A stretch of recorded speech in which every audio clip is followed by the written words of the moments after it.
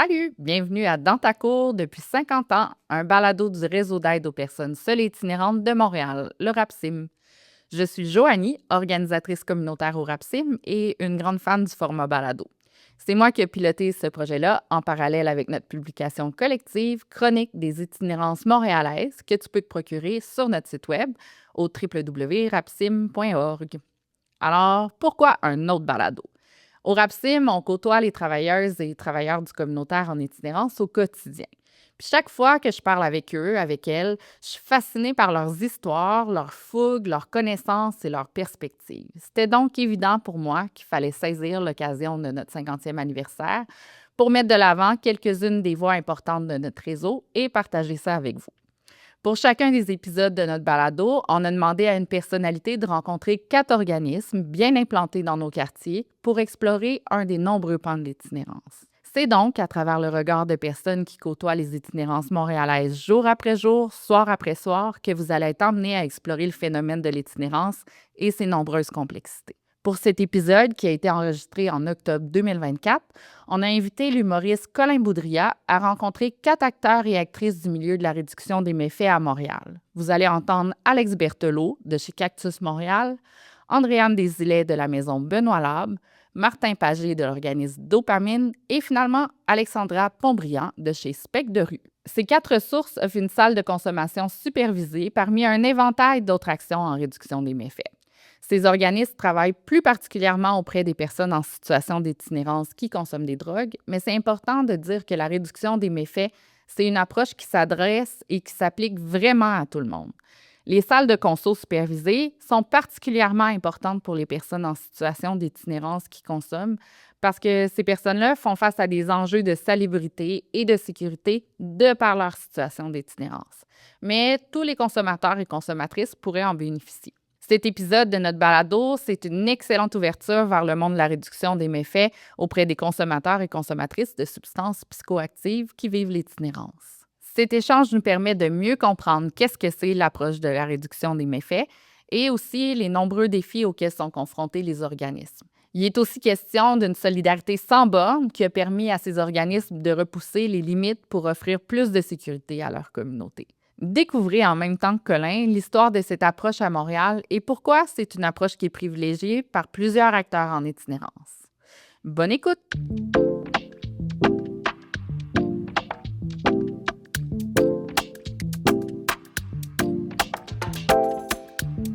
Premièrement, merci beaucoup d'être là. Je suis très content d'être avec vous autres. Dopamine, Spec de rue et Cactus ont commencé fin années 80, début années 90, en pleine épidémie du VIH. C'est comme, de ce que je comprends, les premiers organismes qui ont vraiment aidé à la popularisation de la réduction des méfaits à Montréal. Comment ça s'est passé, puis pourquoi est-ce que c'est une approche qui est importante dans votre travail? Cactus Montréal ouvert ses portes en 89 sous le nom de UDI-SIDA. C'est peut-être moins politically correct maintenant, mais c'était notre nom à l'époque. Comme tu dis, en pleine crise du VIH, Cactus Montréal est aussi reconnu comme étant des premiers échanges de seringues en Amérique du Nord. Donc, au niveau de la réduction des méfaits, tu sais, l'optique à ce moment-là, c'est qu'il y avait plein de programmes qui existaient. On était en plein prise de conscience pour le VIH dans certains milieux. Puis, à un moment donné, on a pensé aux utilisateurs de drogues injectables qui sont généralement en bas de la liste là, quand on parle de prévention puis d'opportunité.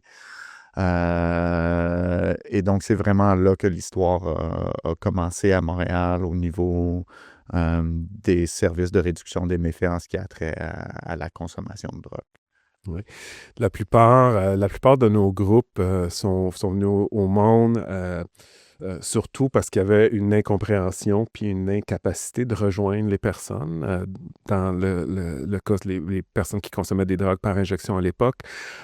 Pour pour Dopamine, on est venu au monde tout de suite après Cactus Montréal. On s'appelait Picatou à l'époque aussi. L'idée, c'était d'aller vers les consommateurs et consommatrices C'est début de 80. drogue. Ça, c'était Début 90. Les premières initiatives de notre organisme, c'était en 1991. Et puis, ça venait répondre. On était en pleine guerre des motards dans Schlager-Maisonneuve et il y avait une incompréhension complète de toute l'épidémie puis de l'infection des différentes ITSS, mais entre autres le VIH, qui faisait en sorte que les autorités publiques avaient besoin de mettre en place des différentes stratégies pour rejoindre la communauté. Et puis qu'à tout, on était une initiative par et pour à l'époque. Donc, c'était des consommateurs, consommatrices qui allaient à la rencontre d'autres consommateurs, consommatrices avec du matériel de consommation, des seringues, des condoms, etc. Puis d'essayer d'aller rejoindre cette communauté-là. Ça n'avait pas pignon sur rue, c'était comme du travail. C'était dans la rue, c'était sur le terrain directement. Nous, dans Hochelaga, on n'avait pas pignon sur rue. On était lousse dans notre communauté. Donc, c'était du travail de rue à l'époque, mais c'était vraiment du travail de père. Donc, aller rejoindre leur père dans la communauté. Spectre de rue est un peu basé sur le même principe. On est né en 86 sous le nom de Porte ouverte aux jeunes adultes. Donc, c'était du travail de proximité là, dans l'espace public pour aller rejoindre les jeunes où ils se trouvent, puis pour voir c'est quoi leurs besoins, puis pour les réaffilier avec des services. Fait que c'est vraiment, les organismes sont nés des besoins de la communauté, des besoins des quartiers, puis qu'est-ce qu'on peut faire? Ben, les initiatives sont montées, puis on est resté parce qu'il y a encore des besoins aujourd'hui. Puis, je pense que je vais rajouter une des affaires qui est importante dans ce que mes collègues y mentionnent, c'est des initiatives qui sont parties par des pairs. Si on parle de l'historique de la réduction des méfaits, des besoins sont toujours reconnus dans la communauté avant, puis c'est généralement la communauté qui prend action avant les C'est institutions. jamais top-down, là. C'est Non. jamais... C'est ça. C'est les gens qui s'organisent eux-mêmes. Oui, ça vient généralement de la base, puis souvent, tu sais, c'est des pratiques qui commencent dans l'illégalisme. Donc, tu sais, quand on a commencé à distribuer des seringues, c'était illégal d'avoir du matériel de consommation sur soi. Donc, tu sais, c'est des initiatives qui commencent à contre-courant, à beaucoup de risques pour les personnes qui prennent ces initiatives-là pour protéger la santé de leur communauté. Puis c'est seulement plusieurs années plus tard là, qu'il y a des instances officiels qui reconnaissent le bienfait de ces approches-là, puis qui l'adoptent dans leur propre politique, puis dans leur propre mode de fonctionnement. C'est super intéressant. Puis attends, on va y revenir, mais je veux juste qu'on parle pour Benoît Labre aussi, parce que ça n'a pas été la même structure. C'est un organisme qui existait depuis vraiment longtemps, puis qui s'est comme adapté selon les besoins, qui a changé à travers les époques. Oui, tout à fait. Puis, tu sais, Benoît Labre, on parle là, des années 50, né de, des communautés anglophones, catholiques, tu sais, beaucoup plus ancré dans ce background-là, mais quand même avec une vision plus de gauche, on pourrait dire, tu sais. On avait tu sais, vraiment une implication importante avec le Catholic Workers Movement, que je ne sais pas le nom en français, mais qui avait vraiment un ton de revendication par rapport aux droits des personnes, par rapport à accueillir les gens comme ils sont et où ils sont dans leur cheminement. Et là, on reparle, tu sais, dans les années 50, ce qui est quand même assez impressionnant. Il y a quelque part dans la réduction de méfaits où on est dans les mêmes tons, dans les mêmes eaux. Et bon, ce fut tu sais, des logements supervisés, ce fut une soupe populaire. Fait qu'il y a eu de l'évolution au fur et à mesure que les besoins ont changé. Et bon, ben, dans les dernières années, on voyait vraiment ces besoins émerger, en fait, en termes autant d'accessibilité face tu sais, au matériel de consommation que d'accueil dans une perspective un peu différente, une perspective qui était plus globale par rapport à l'itinérance et non uniquement axée sur la conso, axée sur les ITS. Donc, vraiment dans une idée que ben, une personne qui vit une difficulté, elle n'a pas à aller partout finalement. Elle est accueillie comme elle est, où elle a Ou besoin elle va d'être. pas être barrée de plein de Exactement. places parce qu'elle a une autre problématique, puis il faut que ça soit son premier. Exactement. Donc, c'était vraiment dans cette perspective-là, cette évolution-là qui a eu lieu et qui a maintenant donné jour à qui on est aujourd'hui et la structure actuelle. Mm. Tu sais, il y a eu une récupération de l'État sur l'approche de réduction des méfaits, mais c'est important de mentionner que c'est une approche très grassroots, là, très de base, basée sur la défense des droits, puis basée sur la dignité humaine, puis garder nos frères, nos sœurs en vie, entre autres. Donc, c'est important de toujours se rappeler d'où la réduction des méfaits vient aussi, même s'il y a eu une récupération et heureusement que l'État a reconnu cette approche-là, mais à la base, si on se recule dans les origines, c'est vraiment les origines grassroots américains de San Francisco, tout ça qui était du par et pour, puis qui allait défendre les droits de leurs camarades, puis essayer de les garder en vie, et puis d'avoir une vie digne, même avec le chapeau de la consommation de drogue qui était très stigmatisée, très mal vue, ou très même mode hippie et autres. Là, tu sais. Puis on peut revenir à ce que tu disais justement, Alex, où tu voulais je veux juste compléter parce que même après la récupération par la santé publique, puis le financement de nos programmes, toutes les avancées qui sont faites en réduction des méfaits, ça reste des initiatives par et pour qui ne sont pas nécessairement en lignée avec les pensées de la santé publique, pour commencer. Tu sais, on peut commencer à penser quand l'inhalation a commencé à devenir populaire, puis on s'est rendu compte que de fumer dans des canettes de plastique, puis de fumer dans les petites bouteilles en plastique là, que le monde utilisait pour leur pipe à crack, ben c'était comme nocif pour la santé parce qu'on brûlait du plastique.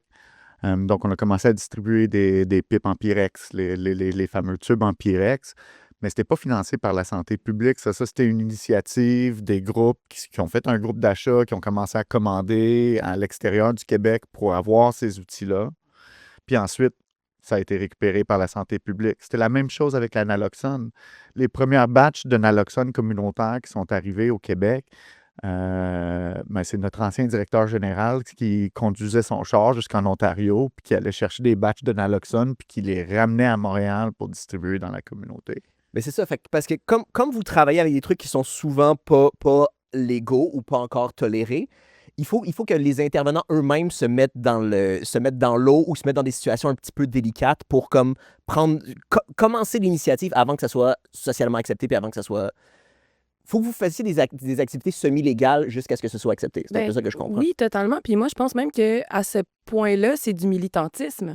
Moi, je pense que c'est ça qu'on doit faire. Ces initiatives-là ont montré des effets surprenants sur la santé globale des gens, autant sur la santé mentale que la santé physique. Les gens, ils viennent utiliser ces outils-là, ce matériel-là de consommation pour se protéger. Il n'y a pas personne qui vient dans nos services ou qui vient chercher du matériel ou des soins, peu importe, qui se dit, ben moi, je veux mourir. Les gens veulent vivre, puis juste pour ça, moi, je pense qu'on doit tout faire pour qu'ils restent en vie, ces personnes-là, mais pour que les communautés qu'on dessert, dans lesquelles on est, comprennent puis suivent aussi nos actions parce que c'est la vie des personnes, ultimement. Puis c'est, comme Martin il dit, c'est nos frères, c'est nos sœurs, c'est nos mères, c'est nos pères, c'est nos enfants, c'est notre communauté. Moi, je pense que, pour moi, c'est vraiment du militantisme. Puis à la limite, je vais continuer à faire ces actions-là sans jamais être payé pour. Là. Oui, que ce soit ton travail ou pas, c'est Totalement. juste parce que c'est important. Ouais.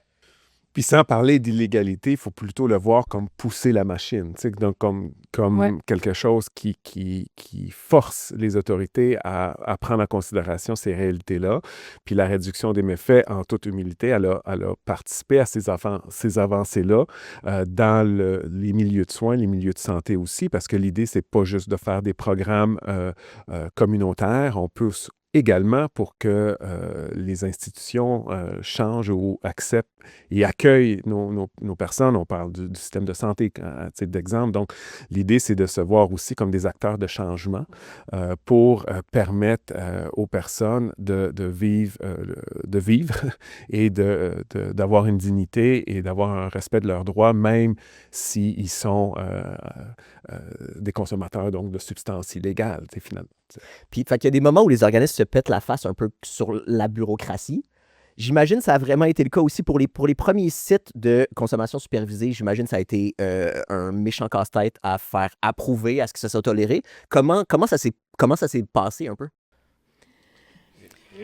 Ben, c'est... Quelle question? Grosse question là. Non, mais ça- On remonte question. à quelle année pour les Ben- premiers sites dits au Québec? Le premier site au Québec, ben, c'était dans le fond le CIUS. C'était nous, les premiers sites. On avait. En fait, tu sais, si on reprend l'histoire, certains diront, ou mon ancienne présidente dirait qu'elle travaillait en 1999 et elle poussait les salles de consommation. Donc, dans l'histoire, Alexandra fait mention de personnes, des militants, militantes qui poussent la machine, hein. Donc, on peut penser que même dans les fins années 90, il y avait des gens qui poussaient pour des programmes comme ça. Après ça, il y a eu une autre vague vers 2011 où on a tenté de forcer le gouvernement en place d'ouvrir des salles parce qu'on voyait l'Ouest canadien déjà en crise des surdoses. Et nous, Entier que ça venait. nous, on ça sentait que ça venait. Donc, ouais. il y avait une lecture, elle était qualitative, la lecture, parce que on n'avait pas autant de surdoses dans nos programmes que, par exemple, l'Ouest du Canada, mais on sentait ça venir. Et on sentait qu'il y avait un changement de consommation, etc. Donc, on a poussé la machine en 2011, et sans trop de succès. Puis, il y a eu d'autres de nos confrères consoeurs, donc je pense à nos confrères consoeurs de Québec, par exemple, de la Ville de Québec, par contre, qui poussaient beaucoup. On parle de nos associations, de la DIC, de la QPSUD, donc c'est les associations de consommateurs et consommatrices qui appuyaient, qui poussaient le dossier. Et donc, après ça, on est passé sous un gouvernement conservateur à Ottawa, qui nous a mis beaucoup de freins aussi. Et là, il y a eu, puis je peux peut-être te passer la parole, Alex, sur toute la bataille d'Inside en Cour suprême, qui était dans ces eaux-là, 2011 aussi, à laquelle Cactus a participé pour aller en Cour Inside, suprême. c'était dans l'Ouest, c'est ça? C'était dans Vous avez l'Ouest. été impliqué parce que vous voyez comment ça pourrait se transposer sur toutes les provinces. Oui, Inside, ben, c'était le premier site de consommation supervisé officiel, là. Moi, je tiens à dire officiel parce que il y en a existé. Officieusement. Ben, comme tout ce qu'on disait tantôt, là, c'est officieusement que dans les les organismes zones les mettent grises sur place, pendant- avant que ça soit toléré. Ouais. Exact. Pendant un certain temps. Puis Insight avait ouvert ses portes, puis justement, à l'arrivée du gouvernement conservateur, ben, il y a eu un mouvement pour retirer l'exemption qui était accordée à Insight pour fonctionner. Puis attends, juste pour clarifier, fait que c'est ça, quand tu dis l'exemption, c'est que c'est pas légal. L'exemption, c'est que ça dit, pour certains organismes, on va le tolérer, mais c'est jamais quelque chose qui est officiellement légal. Excusez si je tombe dans Ben, les trucs là, égaux, ouais, mais mais c'est- peut-être les trucs techniques, c'est que dans le fond, l'idée, on parlait de frôler la ligne puis de pousser, mais on ne pourrait pas compromettre nos organisations dans une illégalité parce qu'on se ferait fermer nos portes puis on ne serait pas plus avancé. Donc, la joute a toujours été là. Donc, pour opérer ces salles-là, ça prend une dérogation de la loi 56.1 sur les drogues. C'est-à-dire que cette loi-là, cette dérogation, une exemption, dans le fond, c'est cette dérogation-là qui permet à notre staff, à nos équipes de travail, d'être dans une salle où se trouvent des produits illégaux. Donc, c'est simplement ça. Et on sait qu'au Canada, les lois criminelles sont de juridiction fédérale. Donc, c'est pour ça que ça nous prend une exemption fédérale pour opérer ces salles-là. Donc, c'est ça la bataille qui a eu lieu. C'est ça la bataille qui a eu lieu à Inside parce qu'ils ont menacé de retirer cette exemption-là. Et Inside s'est ramassé en Cour suprême aussi suite à ce désir de ce gouvernement-là de sabrer dans la réduction des méfaits et de sabrer dans tous les services et de construire des prisons finalement et du traitement soi-disant pour venir en aide, pour pallier, mais alors qu'on sait très bien que la réduction des méfaits nous dit que c'est le pragmatisme qui doit nous guider puis de partir du fait que les gens consomment. Donc, OK. Puis si vos organismes existent encore, c'est qu'ils n'ont pas réussi en Cour suprême, justement. Ils ont amené Insight en Cour suprême puis ça n'a pas fonctionné. Oui, justement, Cactus a participé aux audiences à la Cour suprême. La Cour suprême a fini par juger que c'était un service de santé essentiel, que la vie de personnes dépendait que ce service-là soit rendu.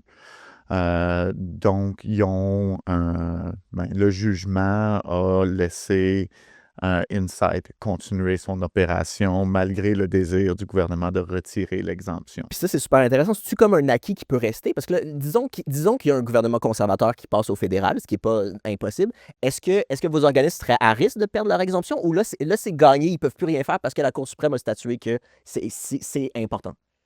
Je pense qu'il y aura jamais, tu sais, il n'y a rien de coulé dans le béton tout le temps. C'est une perpétuelle bataille qu'on doit mener.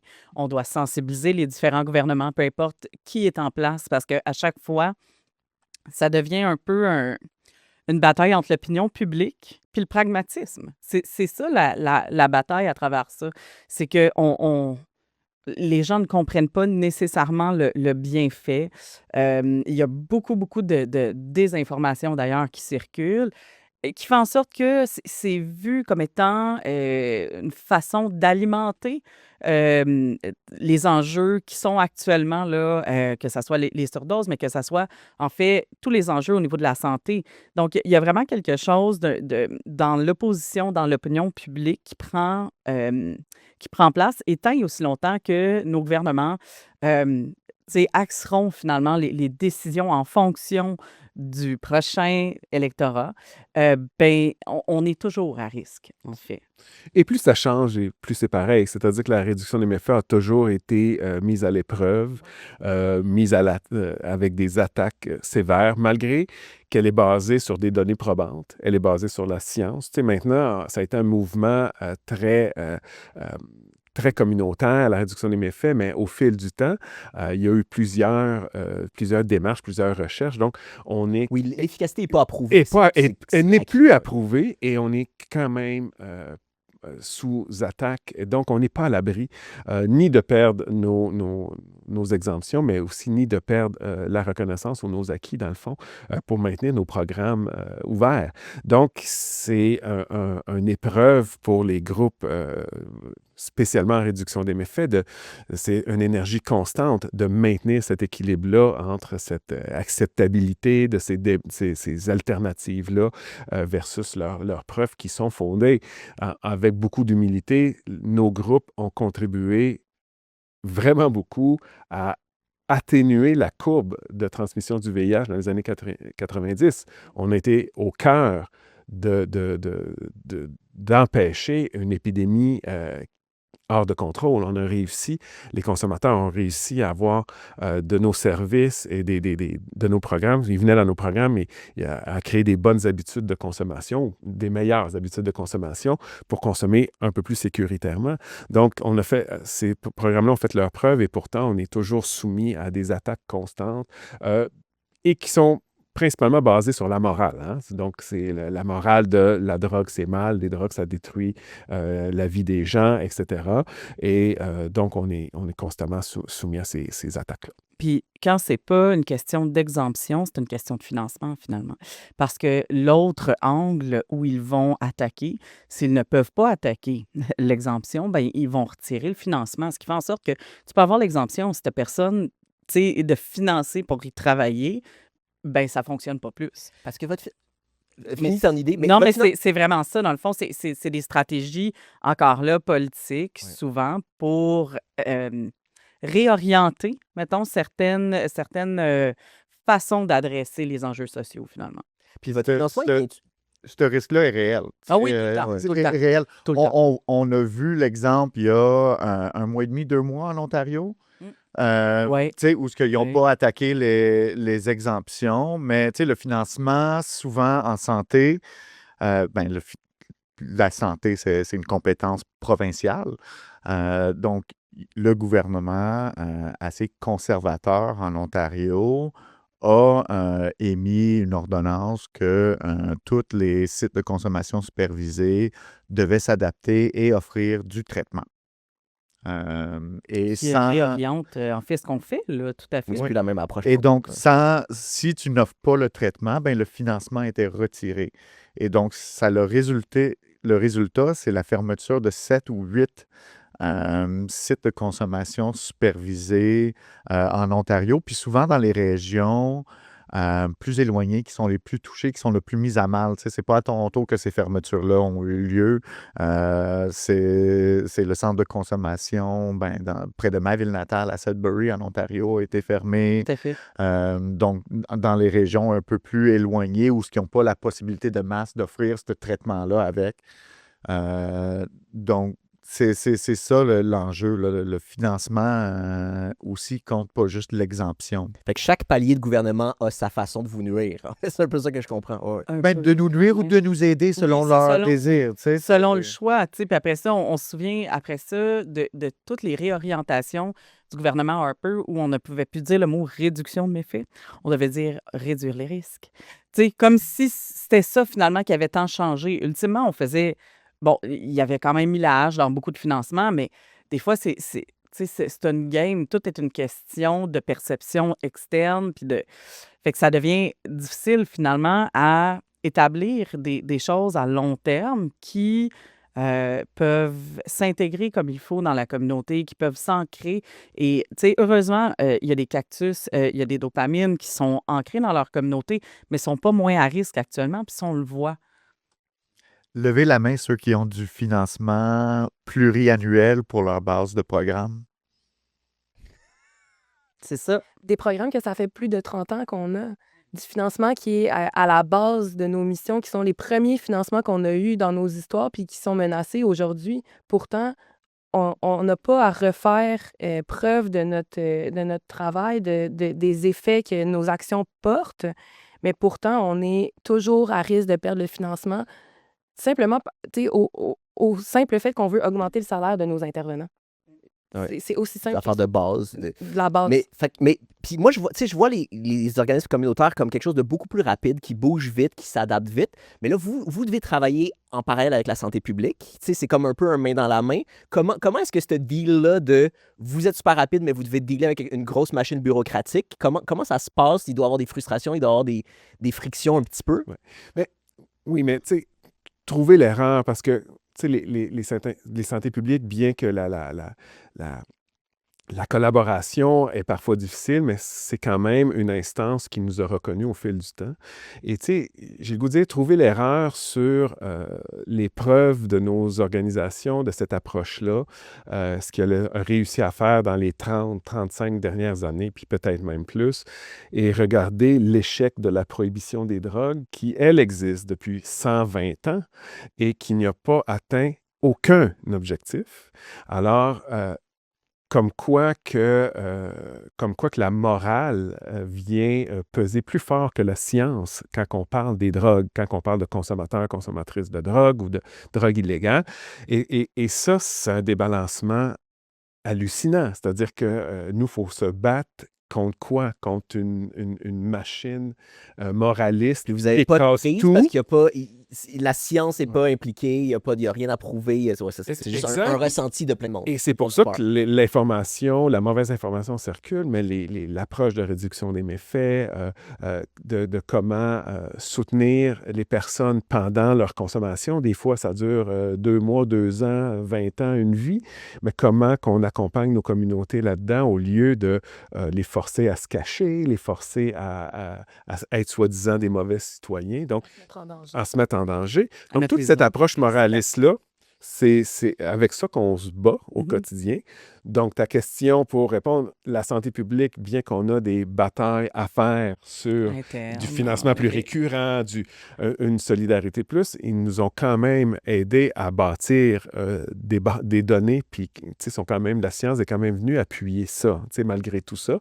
Donc, c'est une valse qui est difficile parfois avec notre santé publique, mais notre santé publique, on ne peut pas dire qu'elle ne reconnaît pas nos approches, puisque elle nous appuie, elle nous finance, mais est-ce qu'elle nous finance?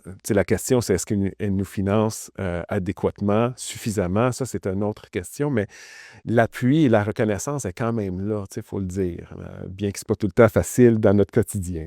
Puis il faut se rappeler les limitations de la santé publique aussi. La santé publique elle-même, elle a un budget limité. Donc, tout revient, dans le fond, aux instances politiques qui prennent les décisions. Et à la décision qui continue d'être portée, c'est justement la prohibition que, je pense que la première loi sur l'opium, c'est 1820. Ouais. Ça fait longtemps que ça marche pas. Là. Ça fait vraiment longtemps. Ça fait vraiment longtemps ça fait que ça marche longtemps que pas. ça marche pas. Ça fait beaucoup de sous qu'on dépense là-dedans. Je pense que, tu sais, si on pouvait avoir, 10% du budget qui est alloué à la guerre contre la drogue chaque année au niveau Oh de la mon Dieu. prohibition, Tu sais, on serait On- récurrent, on aurait du beau programme. on C'est- en réglerait des trucs. Mais Là. Ben pour oui. vrai. C'est... Ben oui. Tu sais, puis je pense qu'il y a même un changement de ton, puis là, je m'avance dans des trucs, mais même au niveau, tu sais, des personnes qui appliquent ces lois-là, soit, tu sais, le SPVM qui, à un moment donné, arrive aux limites de ce qu'ils peuvent faire, parce qu'en effet, tu sais, moi, j'ai resté surprise d'avoir des rencontres où des policiers nous disent, ben, tu sais, si on fait sauter le dealer qui est là, ben, l'autre va arriver. Tu sais, je pense pas que c'est un discours qu'on aurait entendu il y a 10 ans.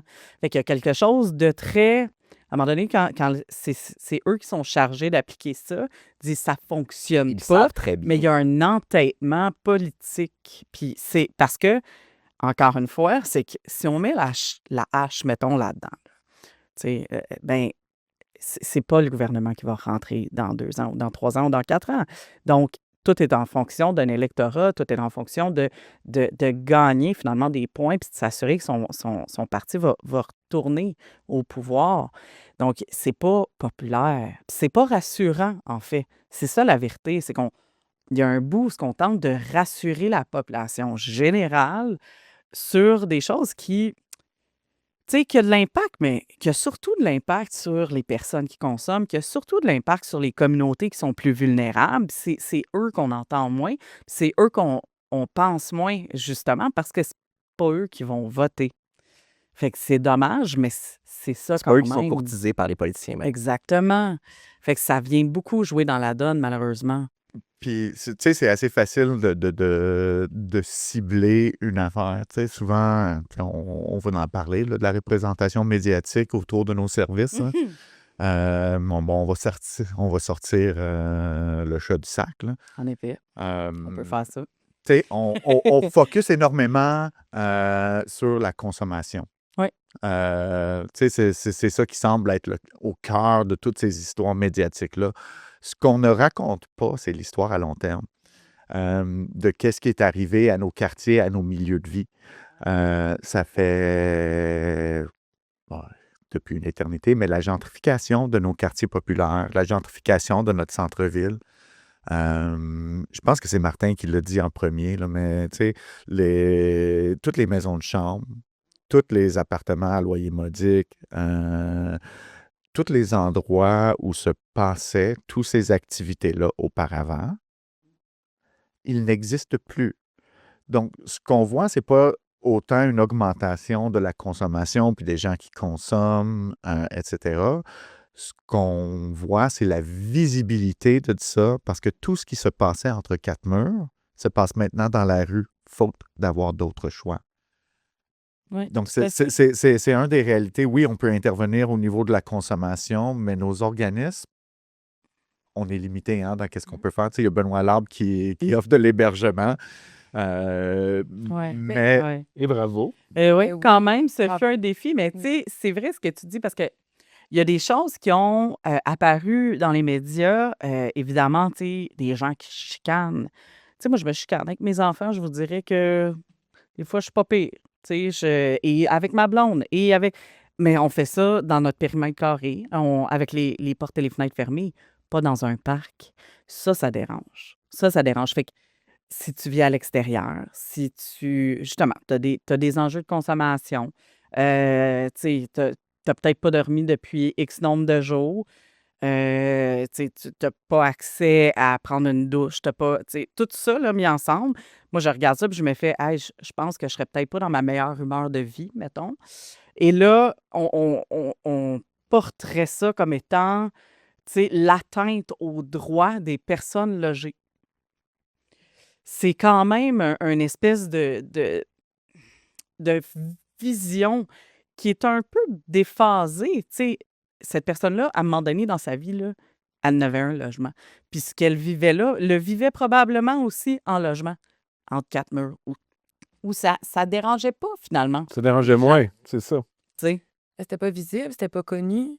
Mais après ça, c'est ça, c'est tous les gens qui se sont ramassés dans l'espace public. Puis là, on peut amener la COVID aussi, qui a fait en sorte qu'il y a beaucoup d'hébergements, beaucoup d'autres services communautaires qui ont réduit leur place, qui ont fermé même. Fait que ça a mis une population visible dans la rue quand tout le monde, on était à la maison. Puis ce qu'on regarde dehors, c'est supposé d'être vide, mais il y a quand même plusieurs personnes qui sont là, qui ne pouvaient pas se trouver à l'intérieur. Puis on pourrait aussi discuter Qui était de... dans l'illégalité qui juste était par existence. là, Exact, tu qui sais. était dans l'illégalité dans l'espace public, fait qu'il était à risque de recevoir des contraventions qui pourront pas payer, évidemment, en se déplaçant pour aller chercher des soins de santé. Nous, on donnait des papiers, là, on signait des papiers de la santé publique, on avait le droit, on donnait ça aux gens en attestant leur identité pour leur permettre de se promener entre un service de conso puis un autre pour aller chercher des soins ou, tu sais, d'aller chercher l'endroit sécuritaire de consommation.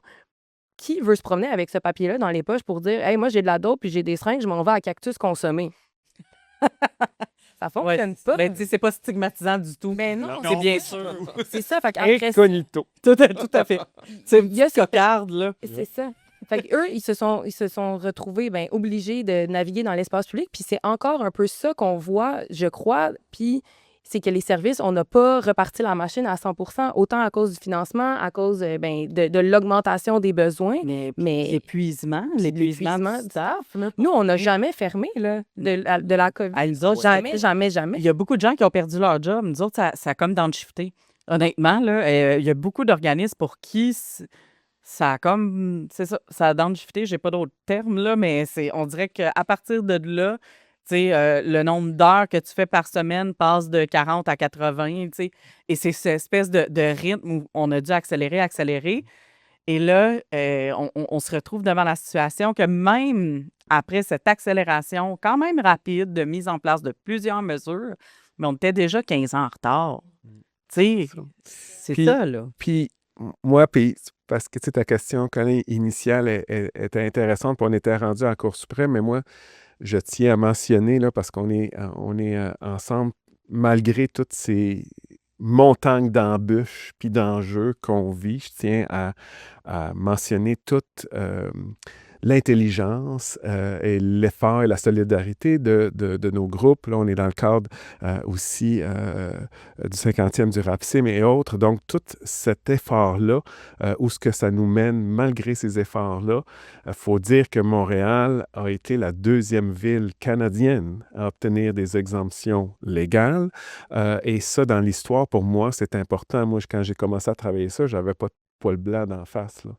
Là, j'en ai pas mal, mais l'idée, c'est que après que Inside ait gagné, puis le Dr. Peter, qui étaient les deux sites pas mal plus visibles, je vais le dire comme ça, dans l'ouest du pays, nous, on s'est mobilisés, on a travaillé et on a réussi à obtenir cette exemption-là, donc la deuxième. Et après, on a vu l'effet que ça a fait à travers le pays, finalement, à travers le Canada. Donc, il y a eu l'Ontario qui s'est développé. Mais moi, dans l'histoire, je suis quand même fier de la collectivité parce qu'on a ouvert à 4. Hein? Faut penser qu'on n'aurait été pas capable d'ouvrir seul. Tu sais.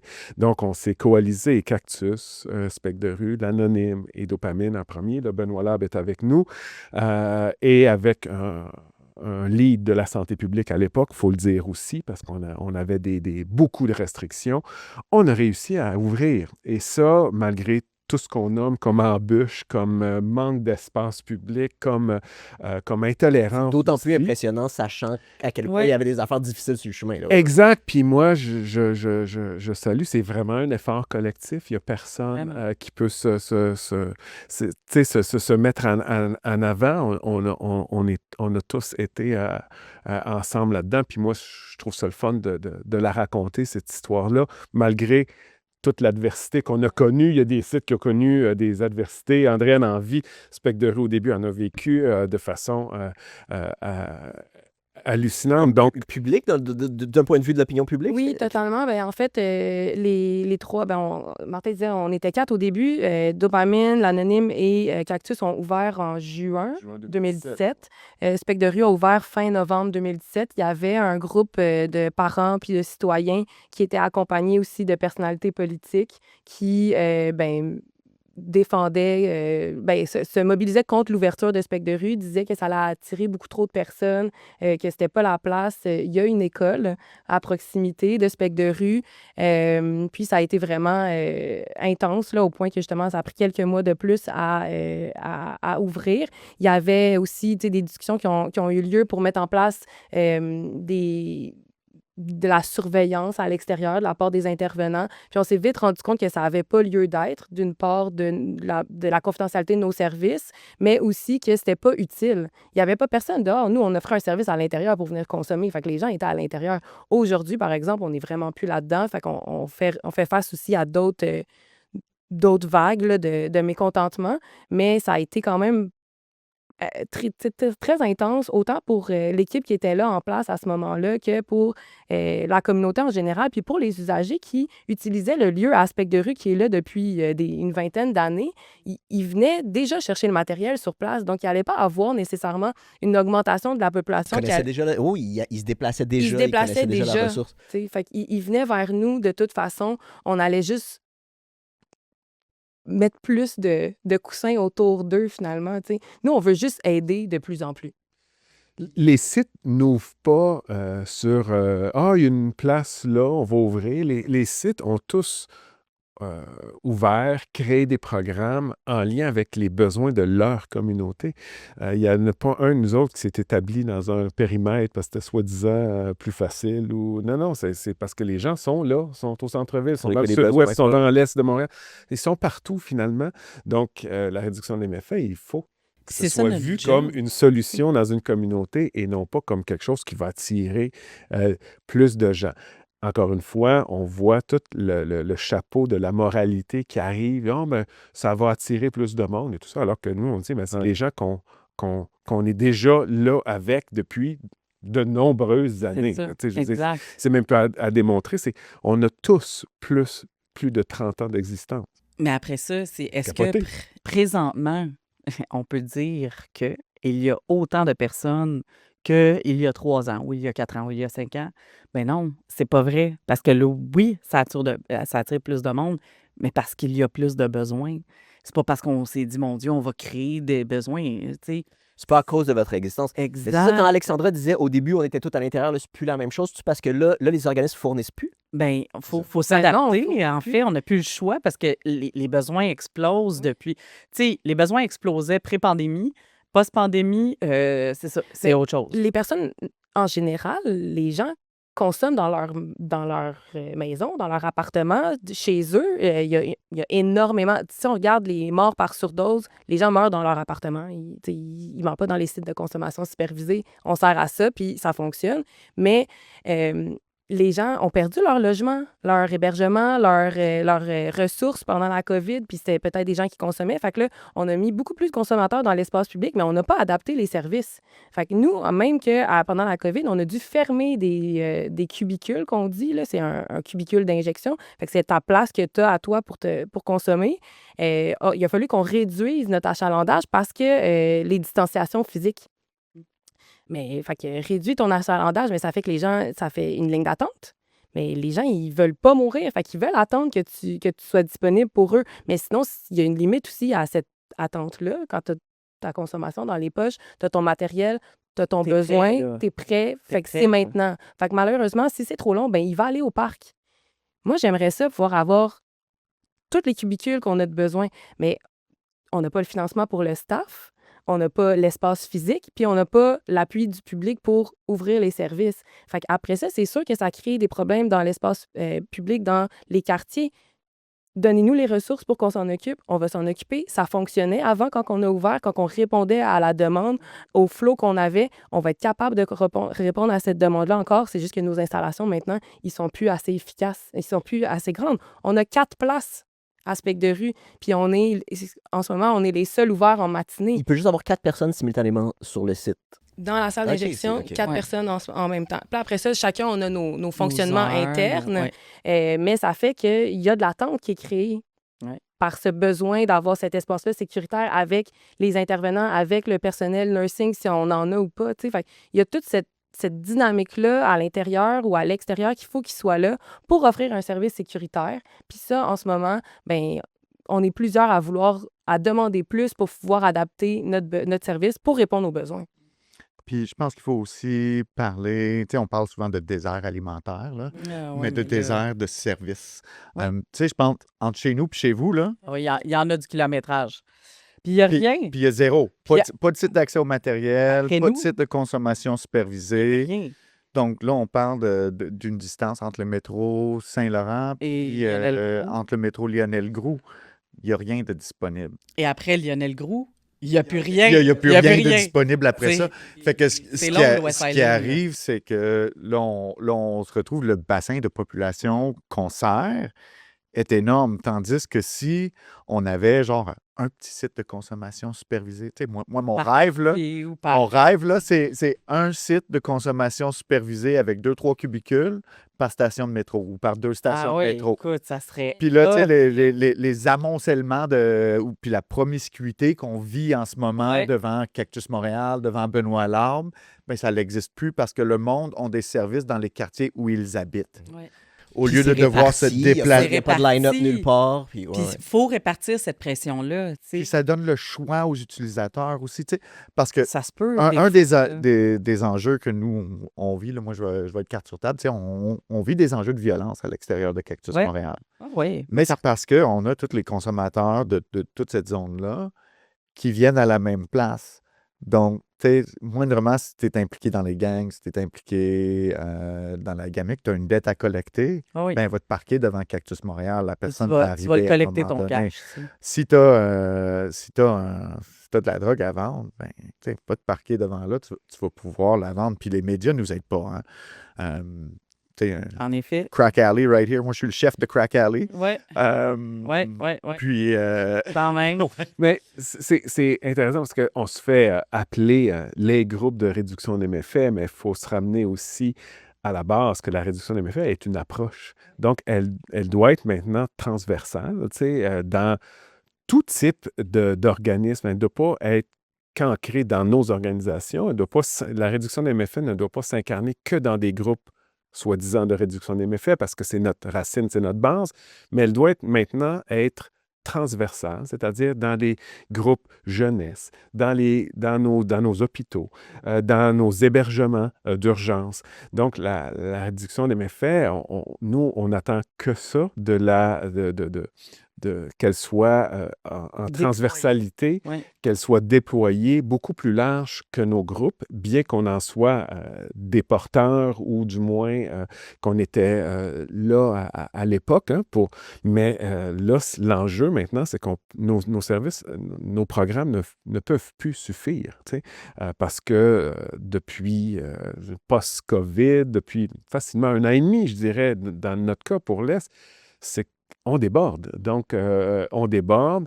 Et donc, oui, on demande plus parce qu'il faut consolider nos programmes, bien sûr, mais on demande aussi que cette approche-là, cette visée-là, donc hein, dans le respect des droits, avoir une approche pragmatique, tu sais, donc on veut que les gens soient bien accueillis, que tu sois en hébergement d'urgence, à l'hôpital, à l'urgence d'un hôpital.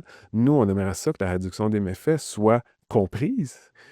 Et qu'elle soit mise de l'avant pour accueillir notre gang. Parce que sinon, ce qu'on fait aussi, malgré même Alex qui explique toute sa devanture, on a aussi les gens qui vont même pas 12 heures à l'hôpital pour obtenir des soins, ils n'en obtiennent pas, puis ils reviennent en face de nos organisations pour avoir un accompagnement, du soutien. Donc, et là, ça devient compliqué là, C'est comme un peu de plus gérer. dur. C'est comme, ouais, exactement, c'est comme la tempête parfaite pour nous mettre la lumière sur nous, pour dire, ben, regardez, il y a du monde partout dans nos devantures d'organisation, alors que, dans le fond, la réduction des méfaits doit appartenir à tout le monde dans une communauté, puis on doit s'occuper de notre gang. Hein, c'est revenir à des mentalités un peu plus de village, là, c'est-à-dire s'occuper de notre gang, de nos jeunes, de nos personnes aînées, puis de nos personnes un peu plus en marge. On devrait revenir à des mentalités comme ça. Comme ça, c'est pas juste à nos organisations de soutenir les personnes, mais c'est bien à l'ensemble de la communauté aussi.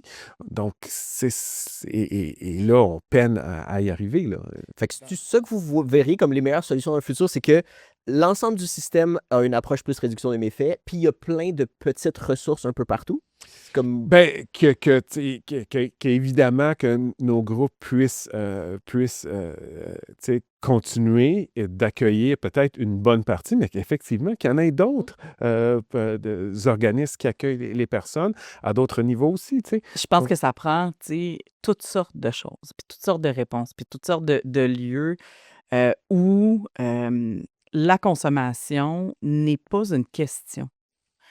J'ai pas à savoir ce que tu as consommé, j'ai pas à savoir ton état de santé pour avoir accès à une douche, mettons, ou accès à dormir quelque les part, toilettes. ou des toilettes, en effet. Tu sais, ça devrait même pas être une question qui est posée. Ceci dit, ça l'est. Ça l'est presque systématiquement, en fait, pour avoir droit à un lit. Bien sûr qu'il y a un travail là, qui se fait, et on le voit dans plusieurs groupes là, que ça change, mais je veux dire, je reviens à, mettons, mes premières années de travail de rue en 1999, puis j'avais ce discours-là. Fait qu'on n'est pas... On voyait les mêmes choses qu'on voit présentement, et malgré l'évolution, là, je regarde, je fais, mon Dieu, c'est presque 20 ans, 20 quelques ans plus tard, et il y a ça d'évolution. Puis Benoît Larbe, ça fait partie un peu de cette évolution-là où on est une ressource en itinérance, on donne accès aussi à des espaces qui sont bien sûr en lien avec la consommation, mais aussi, tu sais, si tu as faim, tu peux juste venir manger, j'ai pas de questions à te poser. Tu n'as certainement pas besoin de me dire qu'est-ce que tu as fait avant. Tu sais, j'en ai rien à cirer dans le fond. Tu sais, on va te donner de la bouffe, puis tu auras ce besoin-là de répondre. Tu vas peut-être même pouvoir aller aux toilettes sans te faire gosser parce que tu as le droit d'aller aux toilettes dans la vie et juste vivre et que ça s'intègre dans tout ça. Après ça, est-ce qu'il y a des lieux qui doivent être, mettons, dry ou, tu sais, parce qu'il y a ce besoin-là pour certaines personnes? Bien sûr. Tu sais, fait que je pense qu'il faut, à un moment donné, Benoît Larbe est une chose, mais il faut que ça se reproduise un peu partout, puis qu'il y ait plus d'options finalement. Il faut juste offrir des options qui vont finir par répondre à des besoins. C'est ça. Et ça, c'est fascinant, hein, qu'on nous oppose la réduction des méfaits avec des approches plus dry, plus abstinentes, alors que Comme si... la réduction des méfaits, elle n'est pas en contradiction, en Oui, c'est pas opposition. la promotion Ben, de la c'est ça, consommation non c'est un plus, c'est un là, oui. continuum. Ça un fait continuum. partie Donc, des options. Pour que les gens puissent aller chercher ce dont ils ont Exact. Et besoin. ça, c'est fascinant qu'on nous met dans ces discours-là. Et Exact. ça prend pas une thèse de doctorat pour comprendre que c'est la stigmatisation qui tue. Ce n'est pas la consommation en tant que telle. Et Attends, je trouve ça super intéressant, mais je suis pas sûr de comprendre ce que tu veux dire, que c'est la stigmatisation qui rend les consommateurs à risque. qui rend, oui, et Parce c'est qu'ils en vont pas écoutant chercher- leur ils vont pas chercher histoire, d'aide, ils vont pas chercher de c'est en ressources. écoutant l'histoire des personnes, on n'a pas allé ben loin pour comprendre que finalement, tous les gros impacts de leur vie sont beaucoup plus en lien avec des portes fermées que la consommation en tant que telle. Donc, oui, aller se cacher pour consommer, de ne pas parler de ta consommation parce que c'est mal, etc. Donc, De on t'exposer n'a à des pas allé bien risques, loin de, pour tu sais. comprendre que c'est, entre autres, la stigmatisation qui bloque aussi même l'accès, finalement, à certains services, hébergements, on peut name it, là, tu sais. Tu sais, n'importe quoi, finalement. Ça peut être même juste d'aller voir un médecin parce que j'ai mal quelque part. J'ai mal quelque part, mais je n'aurai pas accès à de la médication comme n'importe qui parce que moi, je suis un consommateur. Fait que moi, je consomme déjà. Fait que la seule raison pourquoi je viens, c'est pour avoir des consommations gratis. Tu sais, il y a quelque part une espèce de discours poche où ce que, tu sais, si t'es une personne qui souffre puis que tu consommes, faut que tu continues à souffrir plus que les autres. Faut que tu règles la consommation avant qu'on puisse régler le Exact, problème de souffrance. exact. Et là, tu sais, c'est dans toute cette espèce de discours-là, finalement, qu'on met des freins énormes et on se nuit à titre de société. C'est ça qu'on fait. On se nuit parce qu'on en voit là, les fruits présentement. On voit les gens ne vont pas bien. Puis je veux dire, ça ne prend pas, en effet, une thèse de doctorat. Moi, je sors dehors et le monde ne va pas bien. C'est clair, ils ne vont pas bien et peu importe la sphère dans laquelle ils ont des besoins non répondus, ça ne se passe pas bien. C'est ça le constat ultime, c'est que ça va pas bien.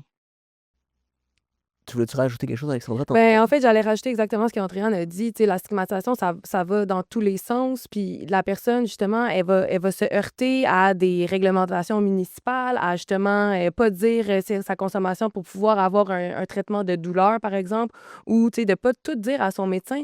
Ton médecin ne devrait pas être jugeant envers tes comportements. Si tu manges trop de sucre, ben tu vas manger trop de sucre, tu vas te faire donner un traitement pour. Fait que, tu sais, on peut-tu regarder la consommation comme un état, tu sais? Est-ce que c'est sur plusieurs années, sur une vie? Mais on peut avoir une vie quand même en consommant. Tu sais, la réduction dans mes faits, ça dit pas de faire, tu sais, le party, de s'injecter des drogues, puis, tu sais, de se mettre à risque tout le temps. C'est pas ça.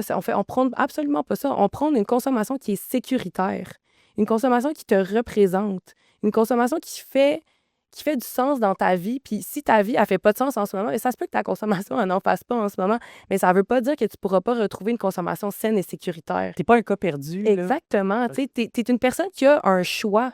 Tu fais le choix de consommer. Au début, là, la plupart du temps, les gens consomment pour le plaisir. Puis des fois, ça vire mal. Mais les gens font pas ça pour nuire. Absolument pas. Mais c'est ça qui est intéressant, Alexandra, quand on parle de tu sais, la politique sur la drogue là, en général. Là.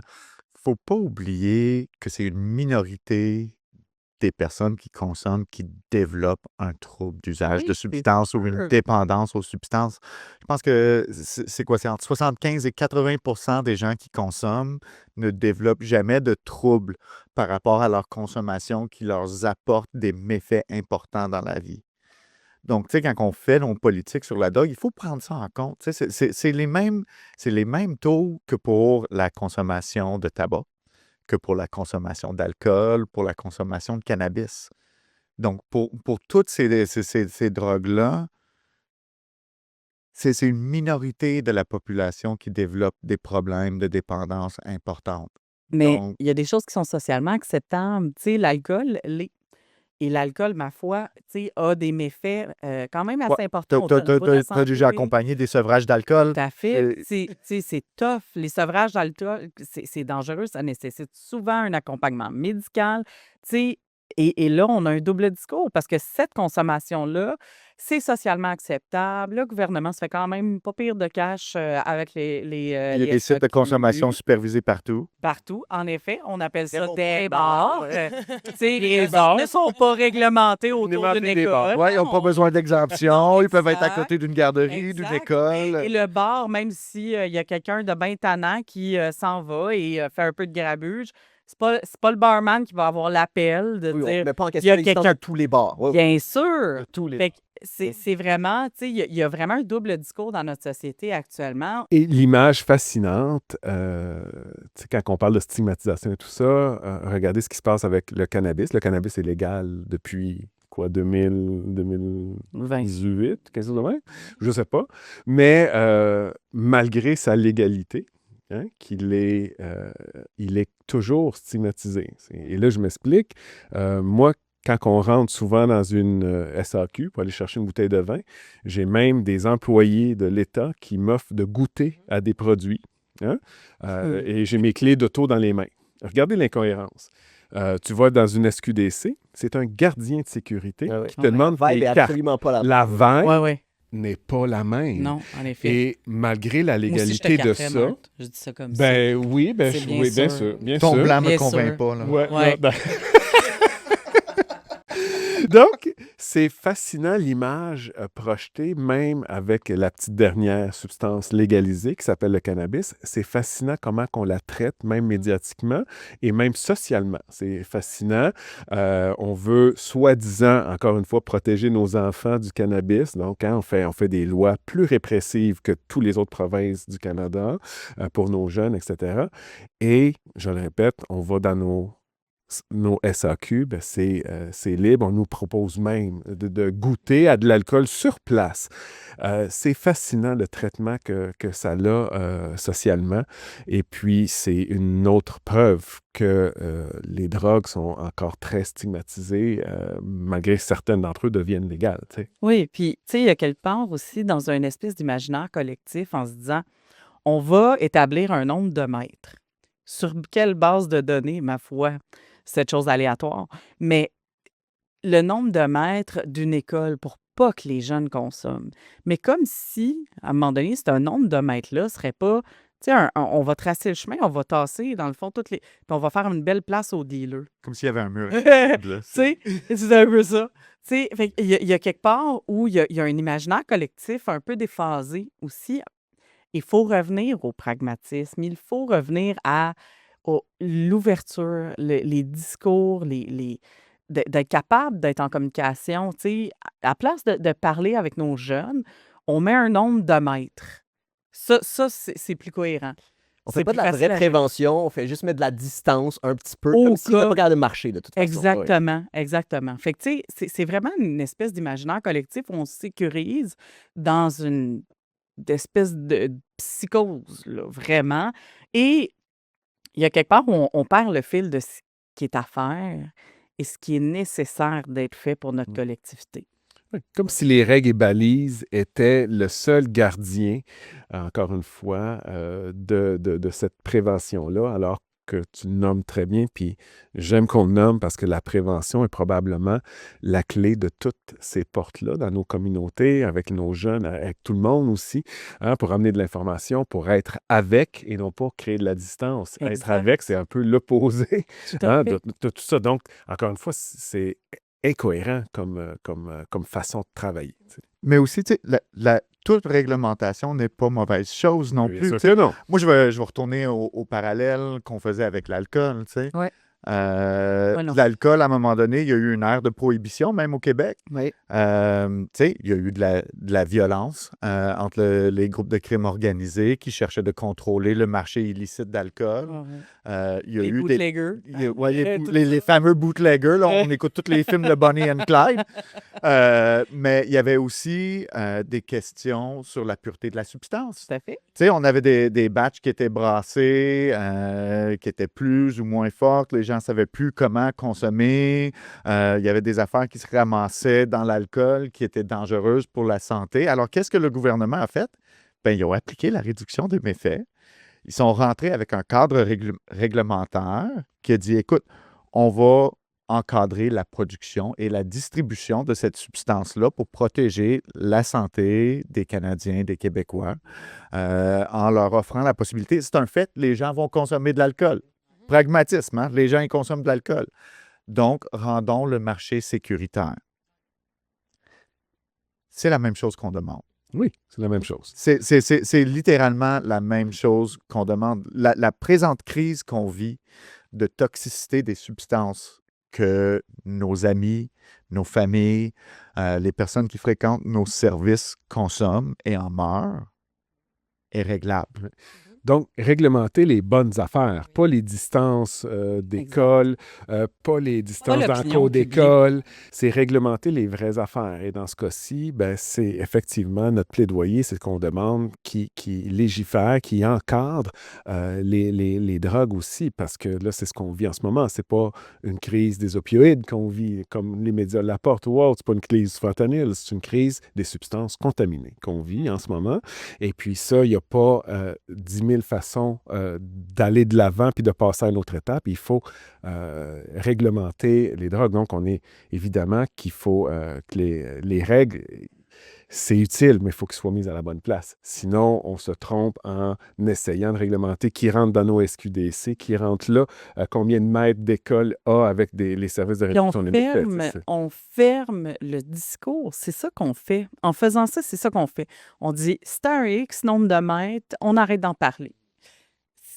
On voit à quel point ça a été inutile pour plein de sujets. Il faut en parler. Il faut en parler avec nos jeunes. Il faut en parler avec nos moins jeunes. Il faut continuer à ouvrir ce discours-là. Tu sais, je me souviens, les fameuses... toutes les pubs qu'on voyait de calage d'alcool, de sensibilisation, de ci, de ça, tu sais, qu'on a vu dans notre plus jeune temps et que maintenant, tu sais, j'ai une ado au secondaire et je regarde l'information qu'elle reçoit, soit aucune, en fait. Aucune information sur quoi que ce soit. Ce bout-là, c'est avec les parents. Puis je dis pas que c'est nécessairement à l'école, entendez-moi bien, mais il y a un bout où on a fermé le discours, on a fermé la possibilité d'en parler. Puis j'ai l'impression qu'on va se réveiller trop tard. Le moment où on va se réveiller, c'est quand combien d'enfants va falloir qu'ils crèvent?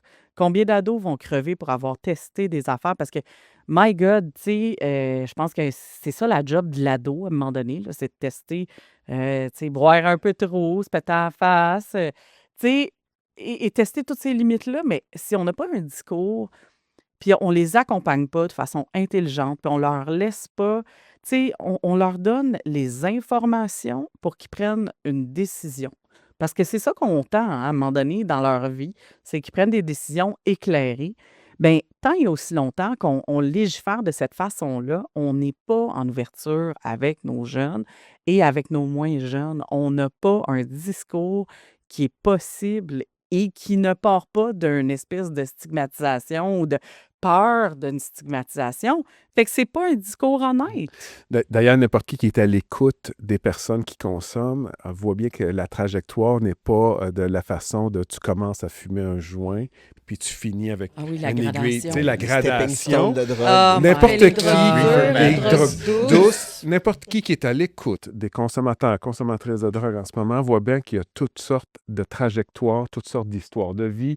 Alex en parlait aussi tantôt. Donc, il y a des gens qui commencent à avoir des troubles liés à l'usage à 29 ans parce qu'ils ont un accident de travail, ils ont commencé à consommer, ils se sont pas mal fait accompagner, pas beaucoup de discours de prévention. Et pam, donc il y a des histoires autant que d'êtres humains finalement. Donc, ce n'est plus une trajectoire comme on nous l'a soi-disant souvent montré, dit. Donc, pourquoi agir encore de cette façon-là en essayant de, tu sais, de stigmatiser encore une fois, puis de couper drogue douce, drogue dure. Il y a des drogues mieux que d'autres, tu sais, etc., etc. Puis de toute façon, en mettant toutes ces réglementations-là pour minimiser restreindre l'accès finalement, ça fait juste ouvrir d'autres portes à d'autres moyens. Puis particulièrement chez les jeunes, là, on voit que ça peut être disponible sur les internets, sur les réseaux sociaux, puis tout ça. Ils vont pas aller dans une SQDC. Ils n'ont même pas besoin d'aller dans une SQDC. Ils ont tout accès à ça, soit proche de la cour d'école, par d'autres jeunes ou par Internet. Fait que, tu sais, les moyens, c'est pas dans la répression, je crois, c'est vraiment dans l'information, puis de dire s'il se passe quelque chose, viens me voir, viens me parler, je suis là, tu sais. Puis les parents, moi, j'ai pas d'enfants, mais je me dis, le discours, faut qu'il soit ouvert parce que ces jeunes-là, c'est la relève, mais c'est dommage, mais ça peut être aussi la relève de nos personnes qui viennent utiliser nos services. Puis nous, moi, je vais parler pour Spectre de rue, mais si ça pouvait ne pas exister, tu sais, s'ils pouvaient ne pas avoir ce tellement. besoin-là, ça serait merveilleux. Mais là, c'est là. Fait est-ce qu'on peut se confronter à cette situation-là, agir, puis réduire les décès, puis réduire les histoires épouvantables là, qui arrivent au jour le jour, puis au quotidien avec nos personnes, mais avec les familles des travailleurs, puis des payeurs de taxes, puis des personnes logées. Tu sais, réduire ces inégalités-là à un moment donné, Oui. parce que ça revient à ça. Ben oui, c'est ça. Tout ça La base. revient à réduire les inégalités sociales dans lesquelles on se trouve et tout le traitement de cette chose-là.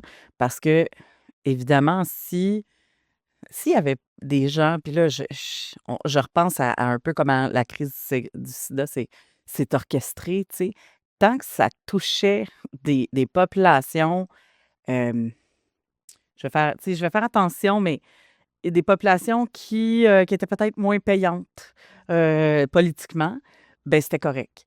Là, quand ça s'est mis à toucher des populations qui étaient justement des jeunes, des familles, bon.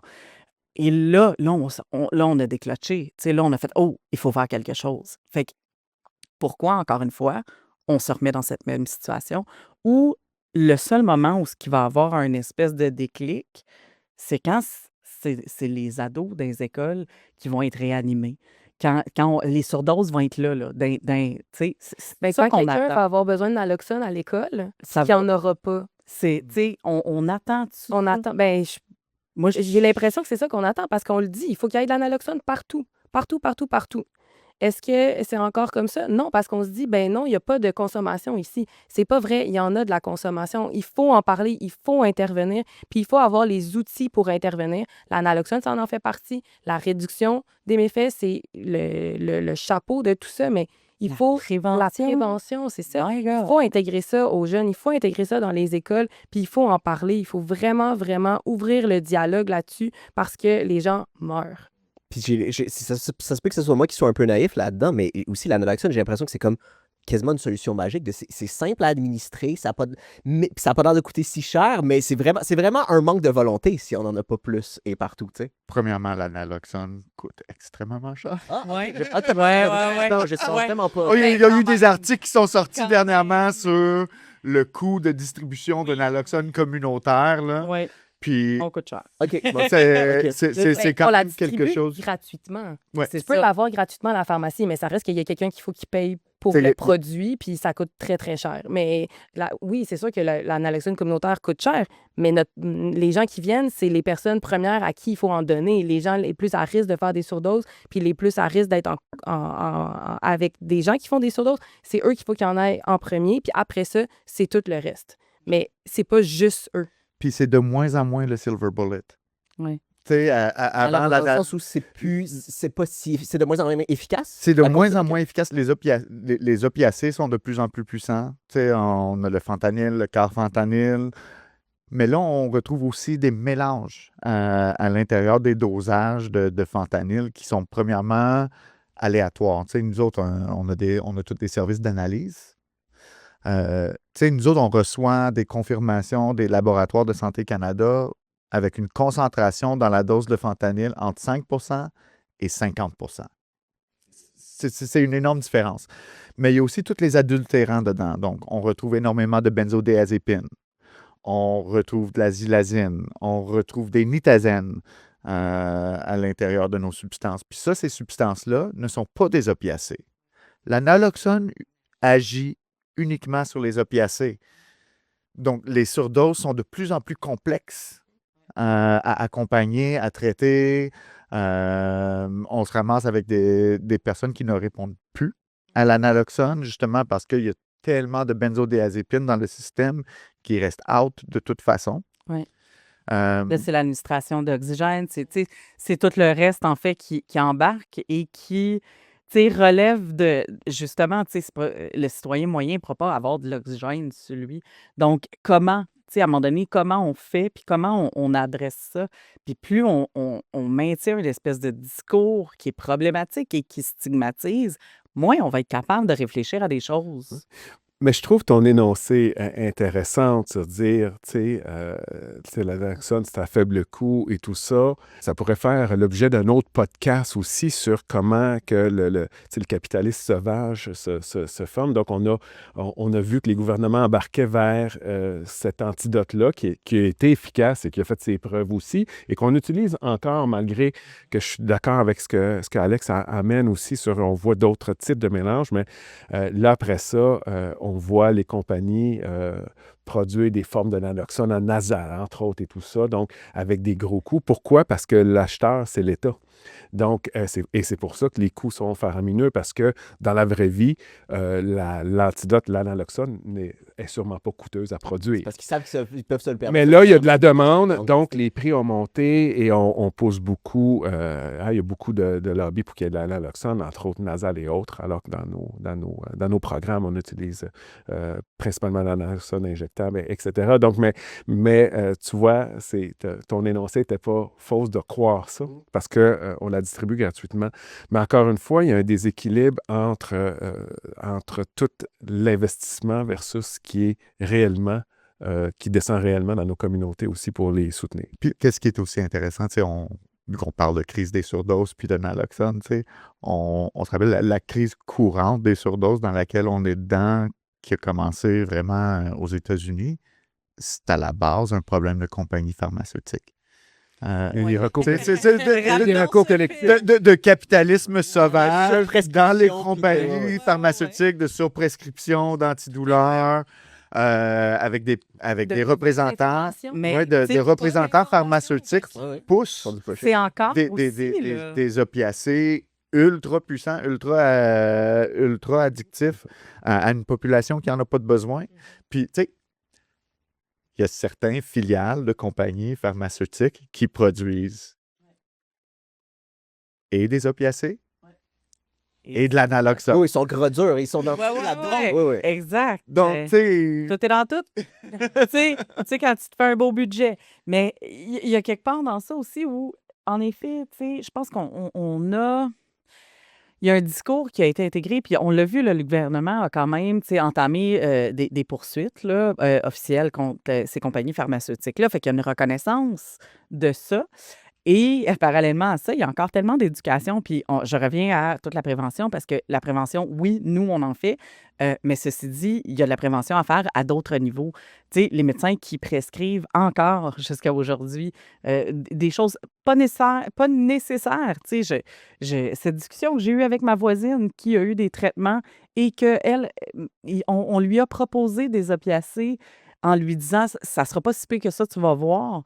Jusqu'à temps que tu sais, elle tente d'arrêter et elle dit, ben, je pense que c'est la première fois de ma vie que j'avais des pensées suicidaires et que, tu sais, c'est devenu très gros très rapidement et elle pleurait et c'était très, très difficile et très confrontant. Puis c'est une personne qui est quand même bien et équilibrée. Donc, quelqu'un qui est dans une autre position, dans une autre situation, tu sais, ça devient très rapidement ingérable, tout ça, finalement. Fait on continue à mettre, finalement, les personnes en situation d'échec en n'ouvrant pas ce discours-là de façon adéquate, puis en n'offrant pas en tout cas, ces prescriptions-là dans les bons moments, avec le bon accompagnement. Et surtout le bon accompagnement, parce qu'on le sait que ces molécules-là sont efficaces pour traiter la douleur, par exemple, etc. Donc, on en a besoin, mais il faut qu'elles soient encadrées et Exact. preuve que ce n'est pas juste une baguette magique avec une pilule qui guérit, mais il y a aussi tout l'accompagnement. Et c'est ce que, entre autres aussi, les groupes de réduction des méfaits et autres tentent de faire. Donc, pas juste offrir des services, mais bien offrir des espaces. On revient aux espaces, à de l'accompagnement, à du soutien pour pas juste laisser les personnes là, isolées, soit dans leur conso ou tout ça. Donc, l'idée, c'est d'être avec, hein, finalement. Si on revient à l'approche de la réduction des méfaits, là, c'est toute l'idée, le concept d'être avec, hein, à son sens large.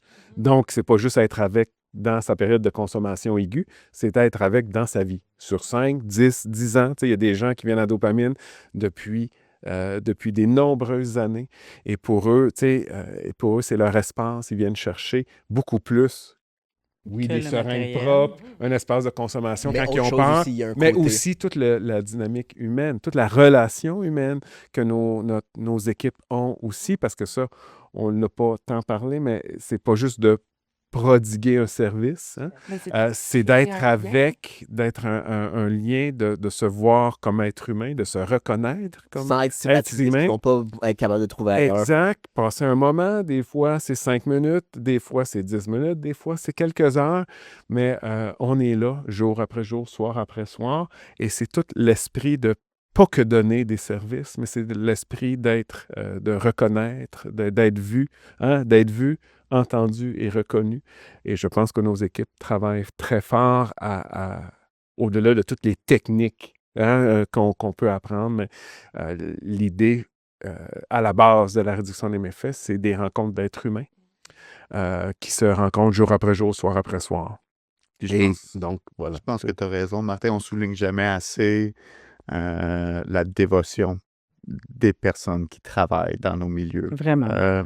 Des personnes qui travaillent sur la première ligne, que ce soit dans des maisons d'hébergement, que ce soit dans des services de réduction des méfaits, des échanges de seringues, des sites de consommation supervisés. Le personnel qui travaille pour nous ont le cœur à bonne place et ils veulent tellement jusqu'à se brûler. Puis une des affaires qui me fâche le plus dans mon rôle, c'est de ne pas pouvoir les offrir un salaire décent. Qui est comparable à ce qu'ils pourraient avoir en allant genre à l'embauche dans le réseau. Moi, j'ai des employés, ça fait 15 ans qu'ils sont chez nous, ils sont dévoués à la cause et ils ne font toujours pas ce qui aurait comme salaire ouais. d'entrée Dans le premier échelon, dans un un CIUS. CIUS. Exact. Fait que je fais comme... Puis ça me crève le cœur de ne pas pouvoir offrir des conditions convenables pour des personnes qui sont littéralement en train de sauver des vies à Mais tous les jours. c'est ça, c'est exactement ça, parce que les intervenants communautaires, avant les SCS, tu sais, on était capable de donner de la naloxone, de former naloxone, tout ça, mais on donnait pas de l'oxygène, on faisait pas tellement le ARCR.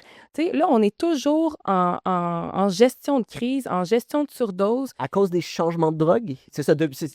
Donc, votre travail est de plus en plus difficile. C'est de plus en plus Ouais. difficile. Puis justement, la naloxone, elle est efficace, mais sur les opioïdes. Fait que là, on rajoute l'oxygène. L'oxygène, ça a été très difficile d'avoir la permission de donner de l'oxygène dans nos sites de consommation par les intervenants et les pères aidants. Ça a été une bataille qui a été quand même de longue haleine. Puis, mais pourtant, ce qu'on argumentait, c'est que c'est un moyen de plus pour sauver la vie des gens.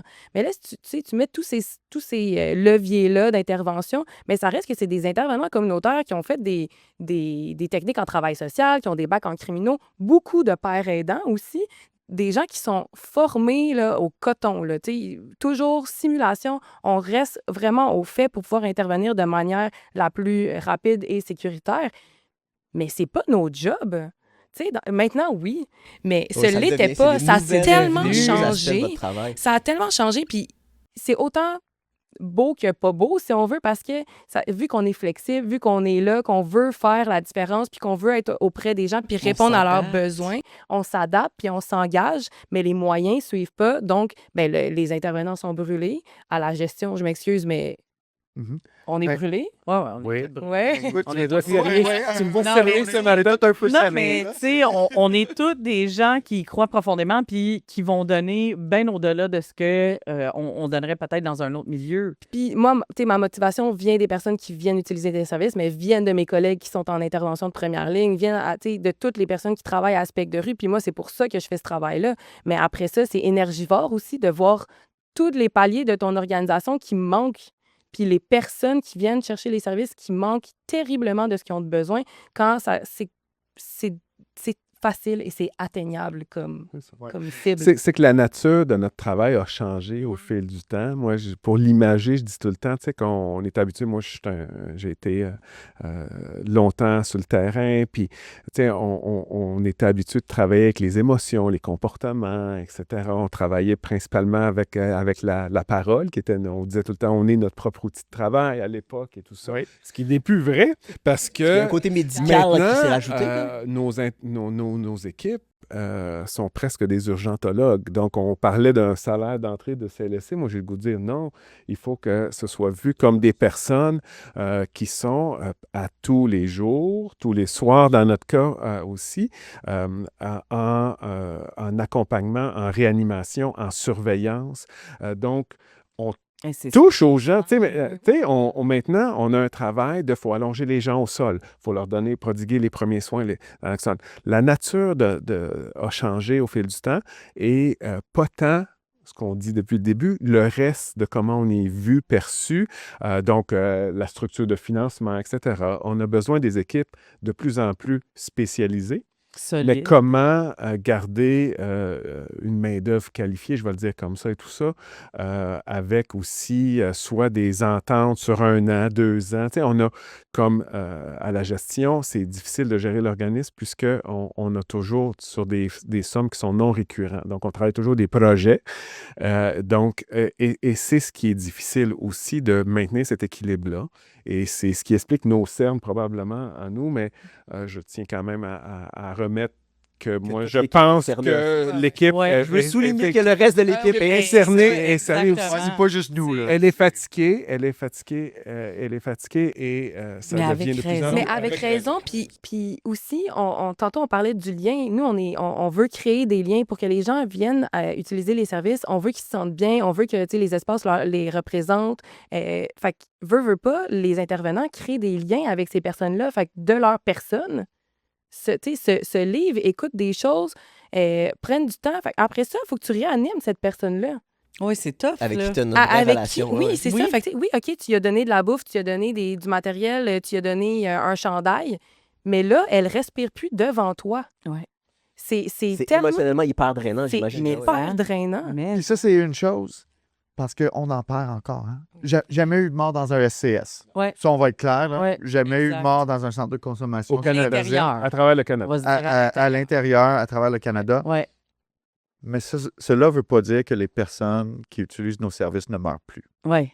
Non. Moi, je ne sais pas pour vos équipes, là, mais moi, en général, à peu près une fois par semaine, Il y a quelqu'un qui décède. je dois faire l'annonce à mon équipe, à mon staff, ou mes coordonnateurs doivent faire l'annonce au staff qu'il y a une personne avec qui ils ont développé des liens, avec qui ils travaillent depuis plusieurs années, des fois depuis juste quelques jours, Avec qui est décédée. Ils ont hâte de venir, de la voir, qu'elle passe la porte. Ouais. On ne l'a pas vu aujourd'hui. À quelle heure? C'est bien bizarre. C'est bien bizarre. Ouais. Tu sais, on les attend, ces personnes-là. Ils font partie du quotidien de nos communautés, de notre quotidien. Nos équipes sont perpétuellement Deuil. en Dans le deuil. deuil. C'est ça. Et là, on veut quand même dire que faut venir travailler dans nos équipes de travail. Parce qu'on a du fun. Hein? On a full Ben, fun. tu sais, parce que je pense qu'il y a un engagement, il y a une solidarité, il y a un mouvement, Oui. mais quand c'est même. difficile. Et oui, on n'a pas le choix d'aborder sur les deuils perpétuels en continuité, qui nous fait revivre plein de deuils dans nos propres vies, effectivement. Et donc, c'est des choses qu'il faut maintenant adresser, tu sais, où à l'époque, c'était un petit peu plus, ça arrivait. Tu sais, moi, j'ai commencé à l'épidémie du VIH où les gens mouraient parce que les traitements commençaient, etc. Mais là, on revit la même chose avec cette crise-là. Et ce qui fait en sorte que nos équipes sont constamment en deuil aussi, sont constamment endeuillées. Et à Dopamine, cet été, je pense qu'on a fait 3 services pour les personnes de notre communauté parce que les gens nous demandaient de faire quelque chose à l'organisme. Donc, on est devenu des fois le salon de C'est comme les salon autres, de ok, funéraire. c'est comme les autres personnes qui fréquentent l'organisme demandaient on peut-tu faire quelque chose pour On peut-tu honorer? Parce qu'il y a- C'est vraiment touchant. Tu sais, t'as le deuil de l'intervenant, puis t'as le deuil Des autres. des autres qui vont venir puis qui vont apprendre le décès de leur collègue, de leur ami, de leur... Tu sais, peu importe qui est ces personnes. Et là, c'est l'intervenant qui, lui, est en deuil, doit aussi récupérer le deuil de tout le monde. Tu sais, c'est confrontant, c'est dur, confrontant, là. c'est ça. Ouais, Ouais. tout à fait. Puis, tu sais, je pense que chacun de nous, on le sait parce que on vient tous de l'intervention à différents niveaux, tu sais. Puis, il y a quelque part où on reconnaît ces difficultés-là. Puis, en même temps, il y a une partie, des fois, que, mon Dieu, qu'on n'était pas dans ce game-là, mais il n'y a pas si longtemps, en fait. Fait qu'il y a ce mouvement et ce changement-là a pris aussi un rythme et une ampleur. Puis moi, je peux pas dire que la pandémie n'a pas eu un effet, tu sais. Mais que je répète, qu'on a vu venir en 2011. Ah, mais oui, ça, Donc, c'était tu sais, écrit dans c'est le tout ciel, ça aussi bien qui est sûr. frustrant aussi. Il y a toute la nouvelle garde, la nouvelle force qui arrive. Et il y a les personnes, des longuement militants, qu'on perd de plus en plus, nos militants de longue date au Québec d'ailleurs. Donc, il y a ça qui est frustrant aussi parce qu'on l'a vu venir. Tu sais, je le répète, on a commencé comme ça au départ, mais on a vu ça arriver. On a toujours été connectés. On a eu des liens à travers le pays avec nos confrères consorts de la réduction des méfaits. Et là, ce qui est doublement frustrant, c'est que là, on est là. Tu sais, on en a là. Et on l'avait calé, si Ah oui, mais vous me permettez l'expression, c'est- entre guillemets. Tu sais, et c'est ça qui est choquant. Tu sais. Puis comment, là, tu sais, là, on parle de que votre travail devient plus difficile. Comment est-ce que vous voyez les prochaines années? Est-ce que vous êtes super appréhensif? Est-ce que vous voyez comme une amélioration? Ça s'enligne comment? Ben, je pense qu'on est appréhensif. Écoute, c'est c'est une grosse question. Oui, c'est une grosse question, mais tu sais, on lâche pas, on continue à faire des représentations, à donner ce même message-là qu'on passe aujourd'hui aussi, là, finalement. Fait que, tu sais, je pense que nous, notre énergie, il faut la mettre sur représenter nos communautés, représenter nos services, en parler de plus en plus, puis pas lâcher, mais malheureusement, les actions des gouvernements puis des gens qui pourraient, tu sais, réellement nous donner les outils pour qu'on puisse faire des réels changements dans les communautés, ça suit pas. Fait que, ben, nous, on va Mais je pense qu'on continuer va à... le vivre aussi. Oui. Tu sais, il y a un bout où on va le vivre. Tu sais, là, on le dit, on le nomme, mais je pense qu'on a aussi présentement une visibilité. Parce que malgré, bon, tu sais, les représentations médiatiques là, qui sont un peu catastrophiques, Il y a quelque part où plus on donne de la visibilité, plus il y a de l'opposition, mais plus on va en parler, on va ouvrir le sujet. Puis je pense que déjà ça va faire un gros bout de chemin parce que les gens sont conscients, puis ben, en tout cas, du moins, commencent à prendre conscience de l'ampleur. Je pense que, tu sais, il y a un bout où faut y croire quelque part. Faut y croire qu'il y a une amélioration possible parce que...